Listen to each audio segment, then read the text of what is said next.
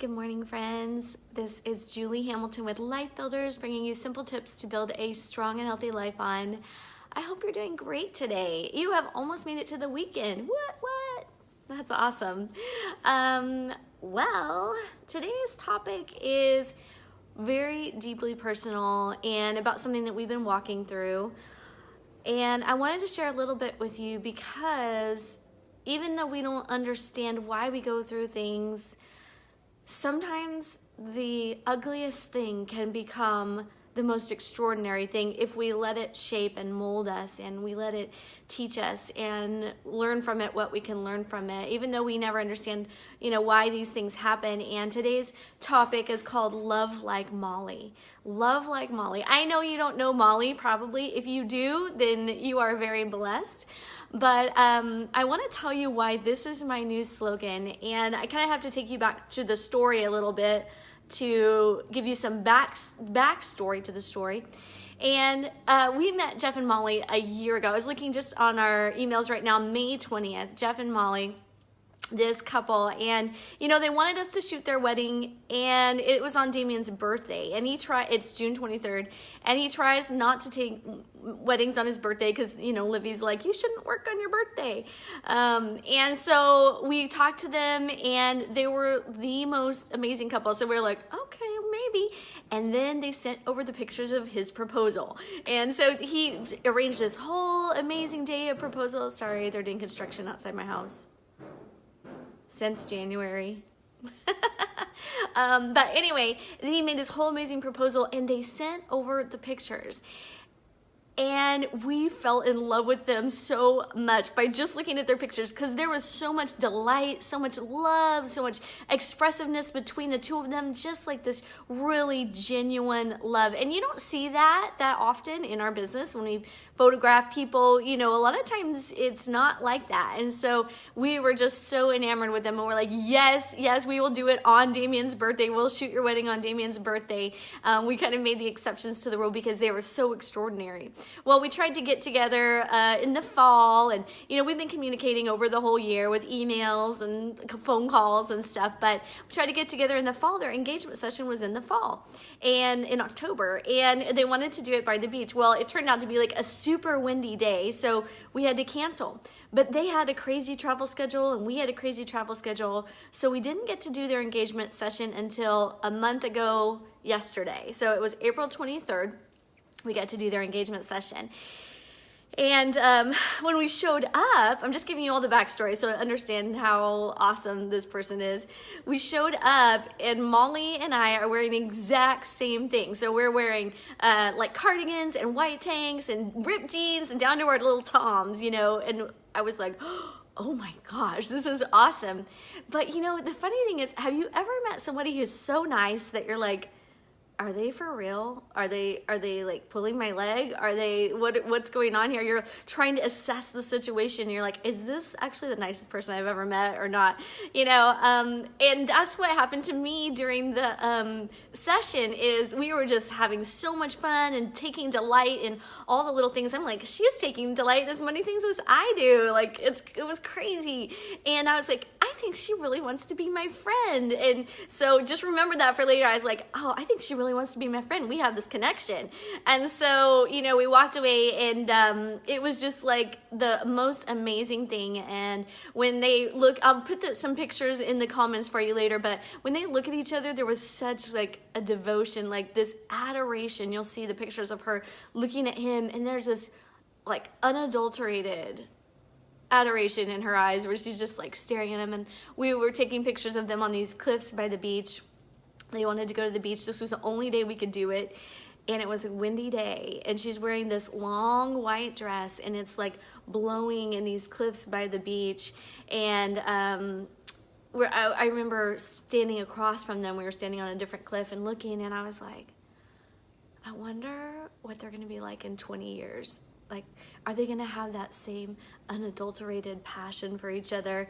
Like, you meet two people that love each other, like truly love each other, and you're like sucked in. I was taken in, by this love. I'm sorry, my eyes are watering. I think I have makeup in my eyes. I apologize. Anyway. But anyway, so yeah, it was just like that extraordinary person where you go like, oh my gosh, we need more people like Molly on the planet and Jeff on the planet. It just touched my heart so much. And, you know, you just walk away going, wow, the world is better because they're in it. And I just want you to know, like, that's how Molly was. But the fullness of that didn't unfold for me until last week or 2 weeks ago. So Molly, we did the engagement session, turned out great. She had her 30th golden birthday on April 30th. And then that night, you know, they were going to like a JT concert, Justin Timberlake concert, you know, right after our engagement session. And then she had a bridal shower, and then she had her bachelorette party. So probably like the best week of her life. And, you know, some of you, I've talked a little bit about this on Instagram, but on Facebook, I've mentioned a couple of things about it. At her bachelorette party, she was trying to help a friend, and she ended up falling to her death. And Molly. And, you know, it's that kind of phone call that you get where your world changes really quick, and you're like, what just happened? I don't even understand. Like, I can say that to you, but I still don't, it still doesn't feel real, but I know it's real. But, you know, you wake up and you're like, I hope this is a nightmare. But it's not. And anyway, she ended up dying. And it's just, you sometimes you will never understand why those things happen. I don't understand why that would happen to such an amazing person, and we just, sometimes we won't understand. But I want to tell you the story as it unfolds. We ended up going to her memorial, I think it was 2 weeks ago or last week, I can't remember. Anyway, so 10 days after their engagement session, then she passed away, and then the memorial was last week, I think. And we went to the memorial, and this is why my new theme is going to be Love Like Molly. There's 3 areas that I saw in her life that unfolded for me at this memorial that were extraordinary. I wouldn't have known them except that I went to this memorial with her friends, and Jeff was there and the families. And the first thing is that when you walked up, there's these big, huge scrapbooks. I mean, who that's in like a young person's scrapbook these days? But I thought, oh, maybe the family put these together from all of their memories. But I started looking through them. No, it was like things from business cards from restaurants that they went to on their anniversary, their first date, tickets to this, tickets to that. And you could see that she loved life, tickets to baseball games and all this stuff. She absolutely loved life. And that is one way we can love like Molly, is loving our life. And then the most funny thing happened. Almost every person that got up to tell a story about Molly started off with this thing. When we were together in India, and then the next person would be like, when we were together in Germany, and the next person would be like, when we were together in Colombia, when we were together at Machu Picchu, when we were together at, and like on and on and on, like all these people were saying all these trips about Molly. And I was like, man, this girl loved life. She experienced it to the fullest. And, you know, sometimes as we grow older, I find in myself, we forget to take the opportunity to live life out loud. And, you know, it doesn't require traveling to a foreign destination to love your life. You can even like be a tourist in your own town and go to all those places that you've always wanted to go that you've never gone. And it just spoke to me so much about living life to the fullest. Like, she had this full and amazing life that she treasured every moment, and she kept all these scrapbooks of it. And we can love our life like Molly loved her life and have it rich and full. And the second thing that happened, remember I told you we had a special connection? I was like, this girl wants to be my friend. And I was like, okay, I'm friends with her. We're kindred spirits. The funny thing that happened was every person at the memorial stood up and said, I thought Molly loved me more than all of you. And she loved every person so hard that every person thought they were the most important person to her. And it was incredible because you look at this room of 60, 90, 100, I don't know, 100 something people. And every person thought that Molly liked them best. Every person thought they were the best, closest person on the earth to you, to her.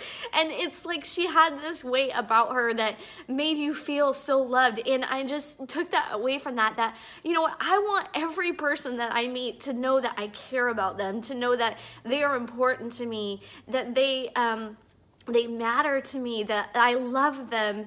And Molly had a way of doing that. And it's just, she'd just suck you into it. And she'd just love you hard and friend you hard until you became that friend that she wanted you to be. And I heard this from every single person. And then the last way I think that she taught me how to love more was listening to every person talk about the details of how thoughtful she was. So she would, one of the guys was saying, yeah, the three of us were outside. This was in Colombia or whatever. And they were like, and I came back, one of them was gluten-free, one of them was vegan, and one of them had, you know, all these dietary restrictions. And she had made a plate for each single person based on what their food choices were. She paid attention to the details. She was thoughtful about what you needed. You know, people were like, I was having a bad day, and she came up and she gave me a big hug, and that was just what I needed to get on with the next day. And I thought, you know, there's so many examples, but she loved by being thoughtful. We can love by being thoughtful. I want to do that, you know. And a lady who was a guide on one of their trips was saying, you know, I just, at the end of the day, she said, I had the worst headache, and Molly came up to me and she gave me some, you know, essential oils and told me to put it on my head and to go to sleep and that I would feel better. And she said, I don't even know how Molly knew that I had a headache, but she zoned in on each person and what they needed, and she took the time to pay attention to the details. And to me, that is how we can show people how we love them. And so I have to, you know, it's been a hard season, and I don't pretend that it's been harder for us than anybody else, because it's not. We've only known them for a year, and, you know, we were invested, but not as invested as the parents and the friends and Jeff and all that. So I don't pretend to say that it's harder for us than anybody else or anything like that. But it is a hard thing to walk through, and I just wanted to share that with you because I want you to know that if you're walking through something hard, there are good things that you can learn from it. There are things that you can take away from it that will change you. And that's some of the things that I took away from the way that Molly loved people. I want to love people like Molly loved people. And I think that we should make a campaign called Love Like Molly. And like, I'll wear shirts and I'll have bumper stickers. I think it would be awesome. If we could only learn that, and how to love people fully and see them and drag them in and friend them hard and love them as hard as we can without reservation, because that's what Molly did. And she's just kind of people who changes people's lives. And I read this morning that love is the greatest spiritual warfare. Loving somebody is the greatest spiritual warfare that you can do. What if we all loved everybody always? Everybody always. Thank you guys, you're so sweet. What if we loved everybody always, like Bob Goff says, and it became our weapon that we change the world with, is loving people? What about that? It would change lives. It would change the way that we operated. But lastly, I just want to share this with you. It was a reading that the rabbi read at the memorial, and I just thought it was so special, especially if you've lost somebody. But listen to this. It's based off of a poem. This is a Jewish reading now, but it says, when I die, give what's left of me away to children and old men that wait to die.